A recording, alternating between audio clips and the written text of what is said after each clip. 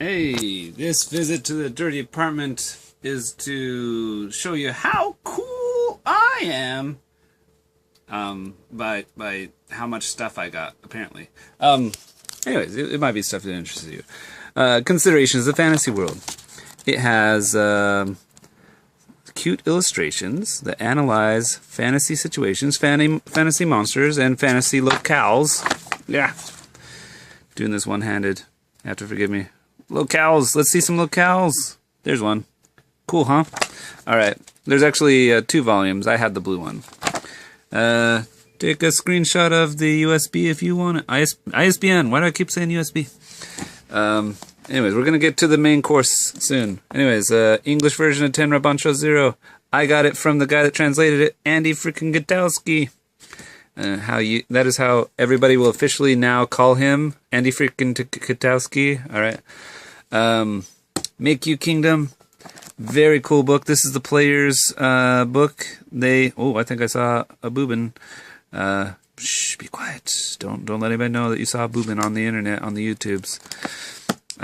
Anyways, I really want to know if anybody knows if there are cards for this RPG, because there's certainly card-like things in the books. This one has monsters and traps and stuff. Just very cool. I really want to play it, but I gotta wait for somebody to translate it to English, I guess, to find other players, because I can read the Japanese if I take time. I never take time. Japanese version of Tenra Bancho Zero. It's very cool.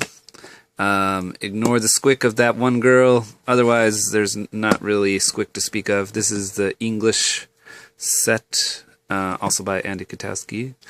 This is Tenra War, which I think is a mashup between 2 different RPGs. I haven't had time to read it because I got so many books to make videos about. I don't have time to read. Barbarians of Lemuria, pretty dang cool. Nice system, lots of flavor. Not so cool with the sexism. It's the 21st century. We can have women not in distress on our book covers by now, I would think. I don't know. I'm being a knee-jerk feminist in that regard, but otherwise I don't get along with them on the internet. So don't put me in your camp, ladyistas. Guys can be feminists too. Alright. Ayakashi, kind of lots of table overload in this one, and very stiff, I would say, but you can be a shopkeeper's daughter in Edo era and fight ghosts, so there's something to be said for that. Yeah, I haven't found anybody to play with this one either. Then we have Ramsey Campbell's Cold Print. It has Glacky in it. One of the coolest old ones ever. Alright. Anyways, the main event, Dragon Quest. Official guidebook. We're at 3 minutes in the video. Stick with me. Hey, there's the helm of the main character's father, I guess. 108 yen. Used to be much more. Hey, there's the ISBN in case you want to buy this book. But that was 20 years ago. This is a 20-year-old book. Got it at Hard Off, which is kind of like Book Off, which is a used bookstore chain. Has Akira Toriyama style art for most of the characters, like the classes. Here they are, classes. Kung Fuists, shopkeepers, jokers. What sold me on it, though, was the village maps. They're so cute. I thought maybe the illustrator might be the same guy that did Nintendo Power's Howard and Nestor. Also, what? More like 25 years ago. Dragon Quest was then called Dragon Warrior in America because of a role-playing game called Dragon Quest that was, I guess, a TSR thing that fell through. So now we call it Dragon Quest in both countries. But back then, with my subscription to Nintendo Power, I got Dragon Warrior. No, yeah, well, it's called Dragon Warrior. Dragon Warrior for free. And then I fell in love with the Howard and Nestor illustrations. Recently, if you follow my Tumblr, you know that I basically found out the identity of who the Howard and Nestor illustrator was after all these years. I even bought a book, a fantasy novel that is illustrated by him. Ooh, that was close. I almost had a foot in the shot. I do not want foot fetishist business coming my way. No, sir.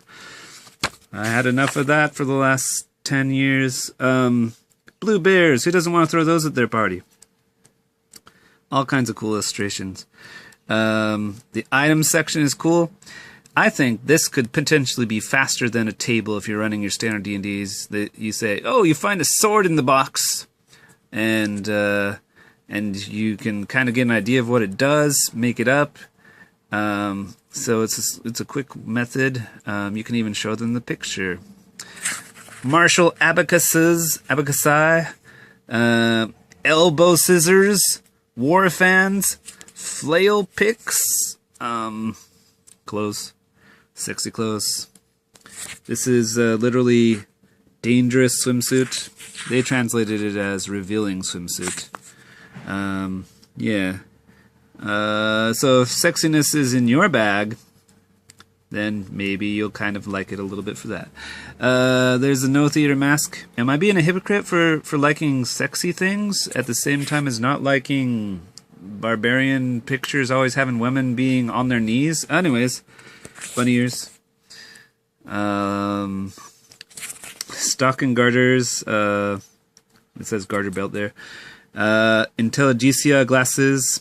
What is it? Intelli? Intelli is a Japanese word. I think comes from Italian, but I think we might say intelligentsia in English too. I forget. Or do we just say intelligent people, intellectuals, that sort of thing? I don't know. Magic items. Yay. And monsters, of course. So maybe if you're clever, you can find a way to throw these at your players. Oh, you gotta throw a grape ape at your players. Killer ape. Yeah, it's pretty cool. Where is it? There is... I skipped past it at some point. Well, there's one. One of the zombies. This is the ghoul, actually. But they reminded me that I really love the comedy drama series that came out in Japan based on these games. I think it's called Manu Yusha, but I'll put the actual title in this video description. Very much worth searching out. Let's see, what do we got here? So, yeah, there's no real evidence unless the illustrator of Howard Nestor was this guy, and I forgot, but I don't think it was this name. I'll have to look that up too. I'll put it in the description. But anyways, this Shintaro dude, he illustrated the Ortega helmet on the cover, is what that says. But he also seems to have been the art director. Otherwise, all the information we have is that the illustrations came from the Toei Doga company. So maybe from an anime, some of them? A little confusing. Then there's the whole world. In the center, there's a little place called Japangu, and that's a Japan analog. The rest is the world analog. Reminds me of that one series on the TurboGrafx 16. What was it called? I don't know. I'll leave you guys to find out that one on your own. So,